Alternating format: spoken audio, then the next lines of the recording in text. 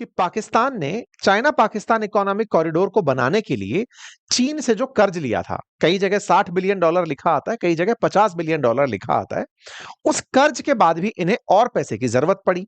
यह कॉरिडोर बनने के लिए आवश्यक था कि पाकिस्तान को उस अतिरिक्त पैसे की भुगतान के रूप में चाइना थोड़ा और कर्ज दे दे। आपको यह तो ज्ञात है कि चाइना पाकिस्तान इकोनॉमिक कॉरिडोर में ग्वादार पोर्ट से लेकर चीन के काशगर तक जो रोड रोड बनना था, रेल ट्रैक बनना था, गैस पाइपलाइन डलनी थी, एनर्जी के लिए काफी सारे डैम्स बनने थे, उन सारे प्रोसेस के लिए पाकिस्तान को चीन के द्वारा हैवी फंड किया गया था। लेकिन पाकिस्तान के अंदर बदलती सरकारों ने, बढ़ते भ्रष्टाचार ने उस पैसे को हजम कर लिया। जितना पैसा दिया गया उसके बदले उतना काम नहीं हुआ और इस बार आप फिर से मांगने पहुंच गए। कहां पहुंचे? चीन पहुंचे। कब पहुंचे? एससीओ की बैठक के अंदर पहुंचे। जो एससीओ की बैठक जिसमें प्रधानमंत्री मोदी, पुतिन, तमाम राष्ट्राध्यक्ष पहुंचे थे, उसी के अंदर आप भी पहुंचे थे क्योंकि आप एससीओ के मेंबर हैं। आप जब यहां पहुंचे तो अपने साथ में अपने मंत्रियों को भी लेकर के गए थे। यहां पर अपने साथ में आसिम मुनीर को लेकर के गए थे। ये सब जाकर के बढ़िया से अपनी डिमांड्स यहां रखे। लेकिन इस बीच में चाइना ने इनसे इनकार कर दिया। चाइना ने कहा थैंक यू सो मच, आपको $60 बिलियन ऑलरेडी दे चुके हैं, अब हम आपको पैसा नहीं दे पाएंगे। ऐसा फाइनेंशियल एक्सप्रेस की खबर कहती है। China exit Pakistan 60 billion economic corridor project. No new Chinese money yet Pakistan Shahbaz Sharif. मतलब लगातार अभी भी शहबाज शरीफ पैसा मांगने के तमाम प्रयासों में बिजी हैं, लेकिन चीन ने अपनी तरफ से साफ कह दिया कि जो आपको दे दिया पहले उसे वसूल लें, अब और पैसा आपको नहीं दे पाएंगे। ये ऐसे समय में सुनने को मिल रही खबर है जब पाकिस्तान का अमेरिकी प्रेम बढ़ रहा है और भारत का चीन प्रेम। भारत ऑटोमेटिक चीन की तरफ चला गया है। ये तो आज डोनाल्ड ट्रंप ने भी अपने ट्रुथ हैंडल पर लिख दिया कि हां, ये फाइनल हो चुका है कि भारत और रूस को मैंने चाइना के पक्ष में धकेल दिया है। मतलब वो खुद इसको एक फेलियर के रूप में अपनी मान चुके हैं। आज उनके ट्रुथ पर इस तरह के स्टेटमेंट थे, यानी उनके सोशल मीडिया हैंडल पर। तो कुल मिलाकर के पाकिस्तान को चीन से मिलने वाला सहयोग का रुकना, अमेरिका के नजदीक पाकिस्तान का जाना, भारत का चीन के नजदीक जाना आज का ताजा जियोपॉलिटिकल शिफ्ट है जिसकी आप और हम चर्चा कर रहे हैं। यह खबर जब इस तरह से लिखी जाए कि चाइना एग्जिट कर गया है $60 बिलियन से, तो पहला दिमाग में प्रश्न यही आता है कि क्या अब वो $60 बिलियन देकर भूल जाएगा? ऐसा नहीं है। मैं पहले ही क्लियर कर देता हूं ताकि आप किसी क्लिक बेट के चलते आगे ना बढ़ें इस सेशन में। फिलहाल ये जान लीजिए कि इससे ज्यादा पैसा और नहीं देगा, नंबर एक। और नंबर दूसरी बात, पाकिस्तान से चीन ने यह कहा है कि तुम्हें हम लोन में पैसा नहीं देंगे, हमारी कंपनियां आएंगी तुम्हारे वहां पर कुछ काम करने के लिए, उसके लिए हम एमओयू साइन कर सकते हैं जिसमें हम वहीं से धन अर्जित करेंगे और काम का काम करेंगे। उसके लिए हम तुम्हें $8 बिलियन के एमओयू साइन करके दे सकते हैं। ये दो तर्क हैं पाकिस्तान के लिए चाइनीज न्यूज के रूप में। आज इन्हीं का विश्लेषण करते हुए हम आगे बढ़ रहे हैं। अर्थात इन्हें अब फंडिंग नहीं मिलने वाली है। यह फंडिंग ऐसे समय पर रुकी है जब भारत चीन के नजदीक जा रहा है और भारत के साथ साथ रूस और चीन का जो आरआईसी ट्रॉयका है, यह दुनिया की चर्चा बन चुका है। इस पर विस्तार से विश्लेषण करेंगे। मेरे प्यारे साथियों, जैसा कि आप जानते हैं कि पाकिस्तान और चीन का जो प्रेम है, जब से सीपैक की बात यानी चाइना पाकिस्तान इकोनॉमिक कॉरिडोर की बात हुई, तब से लगातार परवान चढ़ा जा रहा था और भारत का बहुत ज्यादा गुस्सा पाकिस्तान के साथ साथ चीन से इस बात पर था कि आप इन लोगों को इतना पैसा क्यों देकर चल रहे हो। ऐसे में पाकिस्तान के द्वारा अपने कार्य क्षेत्र में चीनी दखल बढ़ता देखकर इनके साथ में और ज्यादा धन की डिमांड कर दी गई। इसकी व्याख्या थोड़ा आगे चल के करते हैं। खबर यह बनती है कि पाकिस्तान के अंदर एक रेल लाइन का निर्माण होना है जिसे मेन लाइन 1 कहा गया है। उस रेलवे के लिए $2 बिलियन के अराउंड फंडिंग की आवश्यकता है। चाइना ने उस चीज से इनकार कर दिया है। अब मैं थोड़ा सा आपको ये वस्तु स्थिति समझा देता हूं और इसको मैप के माध्यम से समझते हुए आगे बढ़ते हैं। तो प्यारे साथियों, ये आपके सामने दिखाई दे रहा है पाकिस्तान, पाकिस्तान से लगा हुआ भारत और इधर की तरफ चाइना। चाइना के अंदर जो जिंजियांग प्रोविंस है उसमें एक जगह है काशगर। काशगर से होकर के ग्वादार पोर्ट तक, ग्वादार पोर्ट पाकिस्तान में है, यहां से लेकर यहां तक एक कनेक्टिविटी रूट बनाया जा रहा था, सड़क का, रेल का, पाइपलाइन का, डैम्स का, तमाम प्रकार की कनेक्टिविटी यहां से लेकर यहां तक विकसित की जा रही थी। ठीक बात है। दिक्कत क्या थी? दिक्कत ही थी कि ये जो कनेक्टिविटी थी, ये पाक ऑक्यूपाइड कश्मीर से होकर के जा रही थी। ये वाला जो क्षेत्र आपको दिख रहा है, ये पाकिस्तान ऑक्यूपाइड कश्मीर में है। टेक्निकली ये क्षेत्र भारत का है, लेकिन पाकिस्तान ने जिस क्षेत्र पर जबरन कब्जा करके रखा हुआ है, उस क्षेत्र को उसने पाकिस्तान से निकाल करके चीन के हाथ में सौंप दिया। एक तरह से कहिए कि इसके ऊपर अब साझा मालिकाना हक ले लिया। इससे इसे फायदा क्या हुआ? पाकिस्तान को भारत से यह डर था कि एक दिन भारत उससे यह हिस्सा ले लेगा, लेकिन पाकिस्तान ने इस हिस्से में चीन को एंट्री दिलाकर, जिसमें इसका इलीगल कब्जा था, उसमें चीन को एंट्री दिलाकर उसे स्टेक होल्डर बना दिया कि सर, कल को अगर भारत इसे लेने आता है तो आपका इन्वेस्टमेंट भी इन्हीं क्षेत्रों में हो रखा है, आप अपने इन्वेस्टमेंट को बचाने आएंगे ना, और अगर आएंगे तो आप और हम मिलकर के भारत से लड़ेंगे। ये चाइना के साथ मिलकर पाकिस्तान की बनाई हुई एक रणनीति थी। अब इस रणनीति के साथ में दिक्कत क्या हुई भारत को, कि भारत ने ये सारा काम इनके साथ जो देखा, वो देखा था सीपैक के थ्रू। सीपैक बोले तो चाइना पाकिस्तान इकोनॉमिक कॉरिडोर, जो बेल्ट एंड रोड इनिशिएटिव का हिस्सा था, यानी कि चाइना द्वारा दुनिया में पोर्ट और सड़क बनाने के लिए 2013 के बाद एक तरह से समझिए कि मिशन मोड पर काम किया गया था, दुनिया को कर्ज बांटने का, ताकि अमेरिका जिस तरह से लोगों को वर्ल्ड बैंक और आईएमएफ के माध्यम से कर्ज में बांध कर रखता है, ऐसे ही चाइना वालों ने बेल्ट एंड रोड इनिशिएटिव के माध्यम से दुनिया वालों को अपने कर्ज में डालने का काम शुरू किया था। पाकिस्तान में उसी के तहत यह निर्माण हो रहा था। ठीक है साहब, एक तो आपत्ति आपने ये देख ली। कहां तक जा रहा था ये निर्माण जा रहा था ग्वादार पोर्ट तक। ग्वादार बलूचिस्तान में है। बलूचिस्तान पाकिस्तान का सबसे बड़ा राज्य है, सबसे ज्यादा मिनरल्स इसी राज्य में पाए जाते हैं। एक आंकड़े के अनुसार $6 ट्रिलियन के लगभग इस बलूचिस्तान प्रोविंस के अंदर मिनरल्स पाए जाते हैं। ये $6 ट्रिलियन पाकिस्तान की कुल जीडीपी का कम से कम 10 गुना है। इस क्षेत्र में इतने सारे माइंस एंड मिनरल्स हैं, लेकिन पाकिस्तान के पास उन्हें निकालने की क्षमता नहीं है। इसीलिए इस क्षेत्र में माइंस एंड मिनरल्स निकालने के लिए उसे दुनिया की तरफ झांकना पड़ता है। ऐसे में ही एक क्षेत्र बलूचिस्तान में है जिसका नाम रैकोडिक नामक जगह है। रैकोडिक गोल्ड माइन है। फिलहाल उसे कनाडा यूज में ले रहा है, लेकिन इस रैकोडिक के साथ साथ बलूचिस्तान के बड़े क्षेत्र में जो माइंस एंड मिनरल्स हैं, इस पर अब अमेरिका की नजर है, और अमेरिका से पहले इस पर चाइना की नजर थी। अब कहानी को ध्यान से सुनिए। जब चाइना ने इतना धन यहां पर इन्वेस्ट किया, तो वो बताकर क्या आया था पाकिस्तानियों को? वो बताकर आया था कि मैं ग्वादार पोर्ट से, ये जो ईरान है ना, ईरान से जो तेल और गैस हम खरीदते हैं, वो बस इसी ग्वादार पोर्ट से पाइपलाइन में डालेंगे और सीधा काशगर में उसे निकाल लेंगे। यहीं से सीधा रोड के माध्यम से जाएंगे और यहां से पैसा निकाल, मतलब माल निकाल लेंगे। तो हमें पूरा पूरा इंडियन ओशन घूम करके 15-16 हजार किलोमीटर तक जहाज से जाने की जरूरत नहीं है। बस सीधा यहीं से एंट्री मारेंगे और सीधा चाइना में लेकर चले जाएंगे। ये चाइनीज लोगों का असल मकसद था। इन्हें पूरा इंडियन ओशन का रास्ता बचाना था। दिक्कतें कहां थी? दिक्कतें ये थी कि ये जो बलूचिस्तान है, यहां पर बलूच लोग पाए जाते हैं, और बलूच लोग पाकिस्तान के साथ नहीं रहना चाहते। उनका उद्देश्य ये है कि भाई, बलूचिस्तान मिनरल से इतना युक्त है कि बलूचिस्तान के कारण पाकिस्तान में सारा विदेशी निवेश आ रहा है। ऐसे में सबसे कम विकसित जो पाकिस्तान का क्षेत्र है, वो भी बलूचिस्तान है, और यहां पर इन्वेस्टमेंट जिसके नाम से पाकिस्तान कर्ज मुक्त होने का सपना देखता है, वो क्षेत्र भी बलूचिस्तान है। तो माइंस एंड मिनरल्स के मामले में, संसाधनों के मामले में तो ये संपन्न है, लेकिन विकास के मामले में ये विपन्न है, गरीब है, एकदम यहां पर कोई डेवलपमेंट नहीं है। इसी कारण से यहां के लोग बलोच लिबरेशन आर्मी के नाम से एक क्रांतिकारी समूह चलाते हैं। वो क्रांतिकारी समूह जो यहां पर हो रहे विदेशियों के आगमन को रोक देता है। ऐसे रोकता है कि पाकिस्तान में लगभग 30,000 चीनी नागरिक काम कर रहे हैं। ये बीएलए के लड़ाके उन 30,000 चीनी सैनिकों को मौका पाकर टारगेट बनाते हैं, और चीनी होते हैं बहुत डरपोक।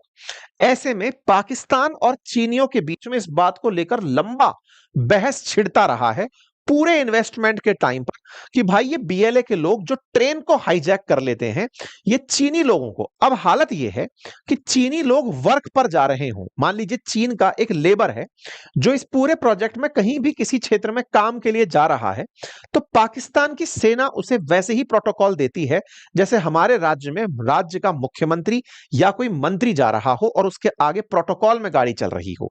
तो चीनी 30,000 हैं और पाकिस्तान की सेना उनके लिए प्रोटोकॉल ऑफिसर बन के ट्रेवल करती है। इंटरेस्टिंग फैक्ट क्या है? फैक्ट यह है कि इस ग्वादार पोर्ट से होकर के माल को यहां ले जाने के लिए इस बीएलए के क्षेत्र से होकर के इन्हें गुजरना होगा। चाइना को यह ऑफर विन विन लगा था। क्यों लगा था? कि इस 50-60 बिलियन डॉलर के इन्वेस्टमेंट से एक तो उनका एक इतना लंबा रास्ता बचेगा ताकि उन्हें सीधा यहीं से यहां तक रीच हो जाएगी। दूसरा, जब पाकिस्तान पर इतना कर्ज दे दिया जाएगा तो निश्चित ही उसके बदले में पाकिस्तान से इस क्षेत्र की माइन और मिनरल्स मांग ली जाएंगी। पाकिस्तान ने शुरुआत में तो इनसे सड़क का, रेल का, गैस पाइपलाइन का, इन्हीं का सौदा किया था और डैम्स बनाने का, ताकि उन डैम से बनने वाली बिजली का उपयोग किया जा सके, इनका सौदा किया था। लेकिन चीन ये जानता था कि ये लोग पैसा नहीं लौटा पाएंगे और जब नहीं लौटा पाएंगे तो इनसे पैसे के बदले इस क्षेत्र की माइंस ले लेंगे। ये बिल्कुल वैसे ही है जैसे चीन ने अफगानिस्तान को भी इसी प्रोजेक्ट से जोड़ने का निर्णय लिया है, लेकिन उस निर्णय में उसके दिमाग में अफगानिस्तान के अंदर जो रेयर अर्थ मिनरल्स हैं, लिथियम के जो भंडार हैं, वो चाइना के दिमाग में चलते हैं कि पहले सामने वाले को कर्ज दे दो, जब वो कर्ज ना चुका पाए तो उसके बदले के लिए उस क्षेत्र के मिनरल्स को मांग लो। ये सिंपल चाइनीज एजेंडा रहता है। इसी को डेट ट्रैप पॉलिसी कहते हैं कि पहले कर्ज में फंसाओ, कर्ज ना चुका पाने पर उसकी कोई जगह मांग लो। जैसे श्रीलंका से 100 साल के लिए, 99 साल के लिए हम्बन टोटा पोर्ट मांग लिया, बिल्कुल वैसे ही बलूचिस्तान इनकी नजर में चढ़ा हुआ था। अब जब इनकी नजर में बलूचिस्तान चढ़ा हुआ है तो ये किसी और की नजर में भी चढ़ेगा। भाई चाइनीज लोग अगर ये समझते हैं कि हमने ऐसा कर लिया तो पाकिस्तान को खींच के खा जाएंगे, लेकिन जिसने इसे पाल पोस कर बड़ा किया, पाकिस्तान को असल में पोषण किसने दिया था? अमेरिका ने। किन के खिलाफ दिया था? चीन के खिलाफ, ईरान के खिलाफ और ऊपर बैठे यूएसएसआर के खिलाफ। इस पाकिस्तान पर तो पूरा हक पर जताता है अमेरिका। तो अमेरिका को जब यह नजर आने लगा कि सीपैक के माध्यम से ये पूरी तरह से बिकने के लिए खड़ा है, तो ट्रंप ने आकर के इन्हें रोटी याद दिलाई कि बेटा भूल गए, आप जो बनकर डॉगी बैठे हो, आप भूल गए कि आपको पोषण चाहिए, मेरी रोटियां भूल गए। इनको रोटियां याद दिलाई। इनने कहा सर पुरानी वाली तो खाकर साफ कर दी, अब कुछ और दीजिए। तो इन्होंने, ट्रंप ने आकर इन्हें फिर से रोटी फेंकी। किस बात की? कि देखो ये लोग तो रास्ता ही बना रहे हैं, इसमें इनका स्वार्थ है। हम तो आपके यहां आएंगे और अरब सागर के निकट में जो पाकिस्तान का तटवर्ती एरिया है, क्यों? क्योंकि भारत के भी यहां पर गल्फ ऑफ खंबात और रन ऑफ कच्छ के पास में ऑयल के भंडार पाए जाते हैं। तो बोले मैं आपके यहां पर ऑयल के भंडार तलाशूंगा। नंबर एक, हो सकता है आपके यहां इतना तेल और गैस निकल आए जिससे भारत भी आपसे तेल और गैस खरीदने लगे। क्यों? क्योंकि भारत गल्फ कंट्रीज से तो खरीदता ही है। आप इतने अमीर हो जाएं। ये कौन बोला? डोनाल्ड ट्रंप बोला। दूसरा, बोले ये जो बलूचिस्तान वाला एरिया है, इस बलूचिस्तान वाले एरिया में क्योंकि चाइनीज लोगों ने पहले, भाई चाइनीज लोगों का प्लान ये था कि पहले इसको कर्ज में डाल दो, फिर कर्ज के बाद में इन क्षेत्रों को छीन लेना। अमेरिका तो एक कदम आगे निकला, उसने सीधा इन्हीं क्षेत्रों को मांग लिया और कहा कि मैं आपके इन क्षेत्रों से माइन एंड मिनरल निकालने के लिए इन्वेस्टमेंट करना चाहता हूं।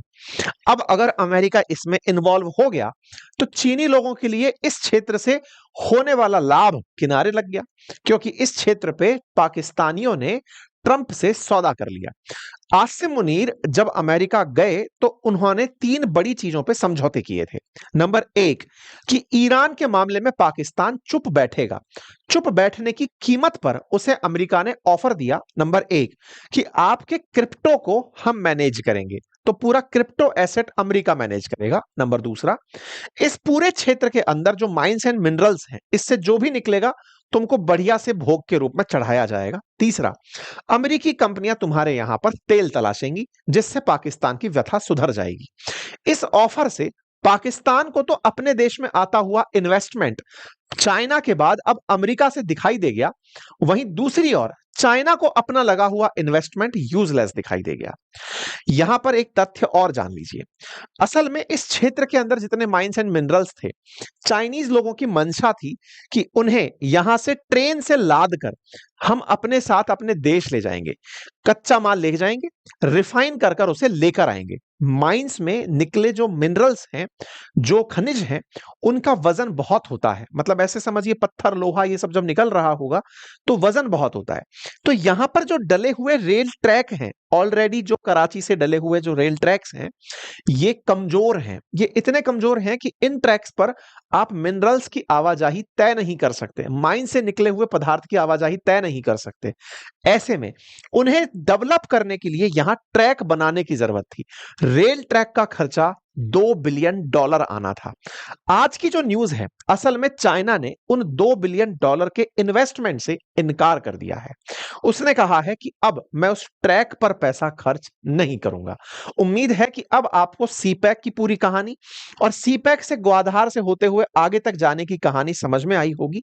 और जहां चाइना ने इनकार किया है, वो चीज अब आपको समझ में आई होगी कि कराची से लेकर के रोहरी जो ब्लॉक है इनका, जिसमें मेन लाइन 1 नाम से पटरियां डलनी थी, रेलवे ट्रैक डलना था, जिसके लिए $2 बिलियन का खर्चा आना था, चाइना ने उसके लिए इनकार कर दिया है कि सॉरी, मैं अब आपको यहां पर पैसा नहीं दे सकता। उम्मीद है कि आपको यह बात क्लियर हुई हो। चाइना पाकिस्तान इकोनॉमिक कॉरिडोर लगभग $60 बिलियन का, कहीं कोट है 60 का, कहीं 50 का। 50 के हिसाब से पाकिस्तान के अंदर की खबर भी निकल कर आती है, वो लिखते हैं कि साहब यहां पर $25 बिलियन के काम हो चुके हैं, क्योंकि पावर जनरेशन से रिलेटेड जो काम थे वो हो चुके हैं। लेकिन सड़क, टनल, पाइपलाइन, इनके काम चल रहे हैं, जिससे चीन को बड़ा फायदा होने वाला था, जो मैंने आपको बोलकर बताया है। तो अब अगर आप ये खबर देखते हैं कि चाइना ने एग्जिट कर लिया है 60 बिलियन वाले उस प्रोजेक्ट से, इसका मतलब यह नहीं है कि जो $25 बिलियन के काम हो रखे थे, चाइना उन्हें छोड़कर वापस जा रहा है। जी नहीं, चाइना है, लेकिन अगर आप इन खबरों की व्याख्या समझें तो इसका मतलब सिर्फ यह है कि अब वो इसमें इंटरेस्ट नहीं दिखा रहा है। क्यों नहीं दिखा रहा है? कारण आपको बलोच लोगों की वजह से समझ में आ गया होगा, क्योंकि बलोच लोग इस क्षेत्र में चाइनीज लोगों से भयंकर खार खाए बैठे हैं। उन्हें पता है कि इस क्षेत्र में सबसे ज्यादा माइंस एंड मिनरल्स उन्हीं के पास है, जिस पर लगभग 590 करोड़ टन खनिज जो है उस पर चीन की नजर है। और चीनी कंपनियां इसीलिए इस क्षेत्र में आ रही हैं। इसी को ध्यान में रखते हुए बलोच लोगों ने चाइनीज इंफ्रास्ट्रक्चर को टारगेट करना, चाइनीज लोगों को टारगेट करना, लगातार प्रोटेस्ट करना जारी रखा, इस हद तक कि चाइनीज लोगों के मारे जाने की हेडलाइंस पाकिस्तान की बड़ी हेडलाइंस में कंसीडर हुई। और चाइना लगातार पाकिस्तानियों से इस बात का विरोध करता रहा, क्योंकि चाइनीज लोगों के मरने की संख्या बढ़ती जा रही थी। इन बलोच लोगों को इतना ज्यादा गुस्सा रहा कि इन्होंने पाकिस्तान की सेना को धता बताते हुए यहां की ट्रेन तक हाईजैक कर डाली, जिस पर हमने आपको ऑलरेडी सेशन किया था। बलोच लिबरेशन आर्मी ने चाइनीज लोगों के ऊपर जो हमले प्लान किए, उसके बाद हमने इस पर ऑलरेडी आप लोगों को सेशंस दिए हुए हैं, आप जाकर चेक कर सकते हैं। बलोच लोगों ने अपनी तरफ से यह तय किया कि पाकिस्तान अगर चाइना वालों को इसी तरह एंटरटेन करता रहा, इस क्षेत्र के माइन एंड मिनरल निकालने में मदद करने की सोचता है, तो हम उन्हें यहां टिकने नहीं देंगे। चाइनीज लोगों ने पाकिस्तान सरकार से कहा कि आपकी प्रेजेंस में हमारे लोग मारे जा रहे हैं, हम अपनी सेना उतारना चाहते हैं। लेकिन इस बात पर पाकिस्तान को बड़ा ह्यूमिलिएशन फील हुआ। पाकिस्तान ने कहा कि हम अपनी तरफ से अपने आर्म्ड फोर्सेस को $45 बिलियन रुपए ऑफर कर रहे हैं, ताकि वो चाइनीज लोगों की सुरक्षा कर सकें। और तो और चाइना अगर सोचता है कि उसे अपनी सेना भेजनी चाहिए, बोले साहब इससे हमारी बेइज्जती हो जाएगी, आप हम पर विश्वास करिए, हम आपकी सेना के बिना ही इन लोगों की सुरक्षा सुनिश्चित करेंगे।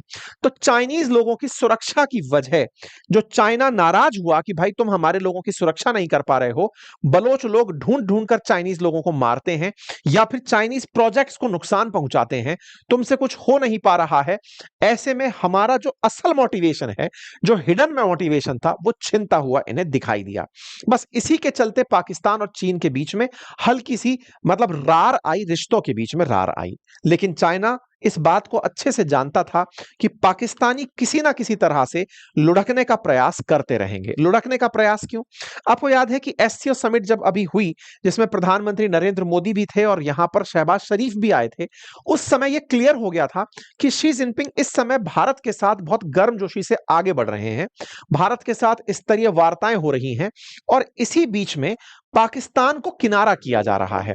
पाकिस्तान को किनारा किए जाने की खबर बड़ी खबर बनी, क्योंकि पाकिस्तान के प्रधानमंत्री यहां से $2 बिलियन लाने की चाह में गए थे कि मुझे फंड मिल जाए। उसको मना कर दिया गया और कहा गया कि आप चिंता मत करिए, भविष्य में आपके साथ मिलकर कंपनियां काम कर लेंगी, वो वहां पर इन्वेस्टमेंट के नाम पर आपसे धन अर्जित करेंगी। $8.5 बिलियन का आपको एमओयू दे देते हैं।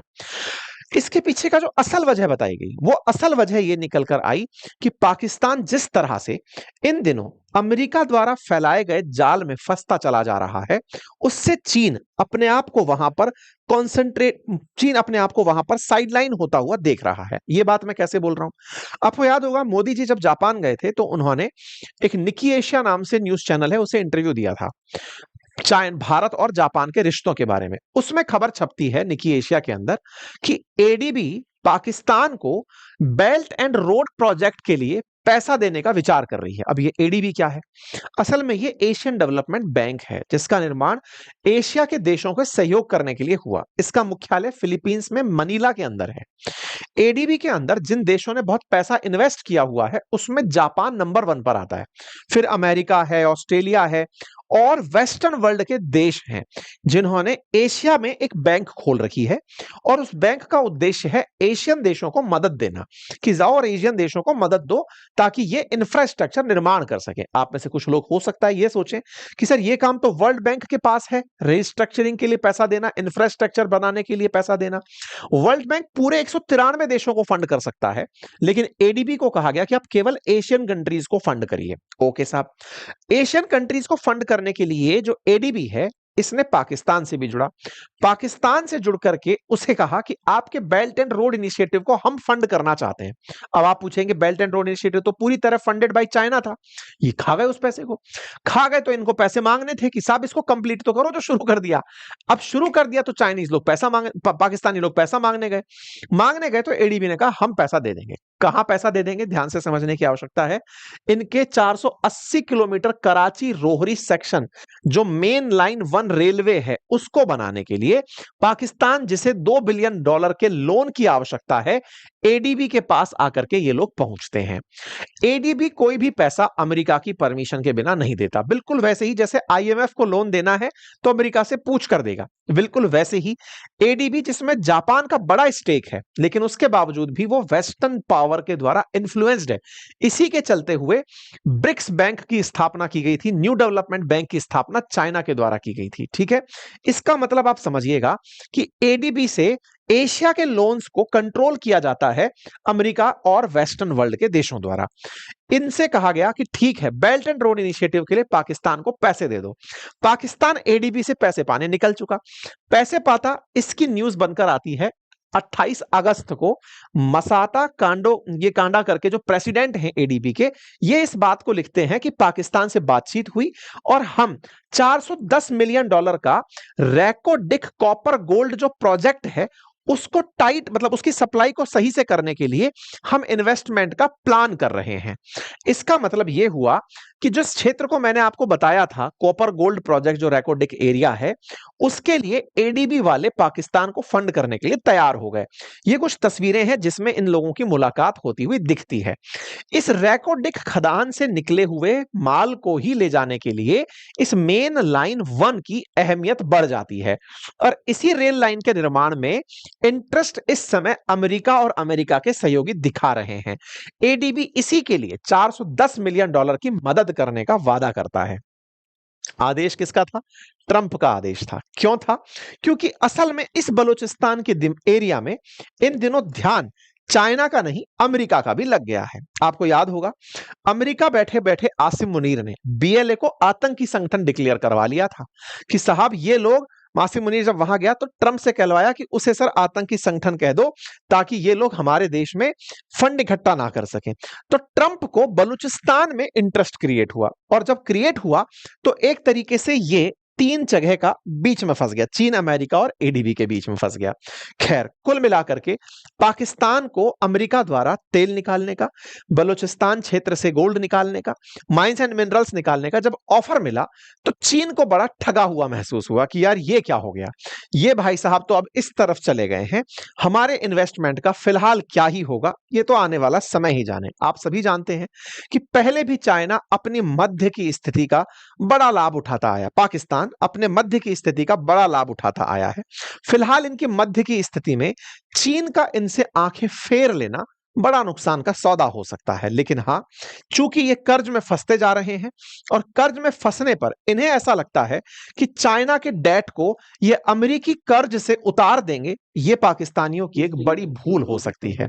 खैर, पाकिस्तान और अमेरिका के बढ़ते प्रेम को देखते हुए फिलहाल तो इन्हें शुभकामनाएं ही दी जा सकती हैं, क्योंकि ट्रंप किसी के सगे नहीं है और वो जब इनसे पैसा लेने पर आएंगे तो ये बचा नहीं पाएंगे। जिस तरह से यूक्रेन के आधे देश के मिनरल्स पर ट्रंप कब्जा करके बैठ गए एक समझौते के माध्यम से, अगर ये ट्रंप के लोन में चले गए तो ये फिर फंस के ही रह जाएंगे। खैर, पाकिस्तान के लिए तो इतना ही सलाह दी जा सकती है, अपन तो सलाह देने वाले होते भी कौन है, बस इतनी उम्मीदें की जा सकती हैं कि ये इतना बर्बाद ना हो जाए कि ये हमारे लिए नुकसान का कारण बने।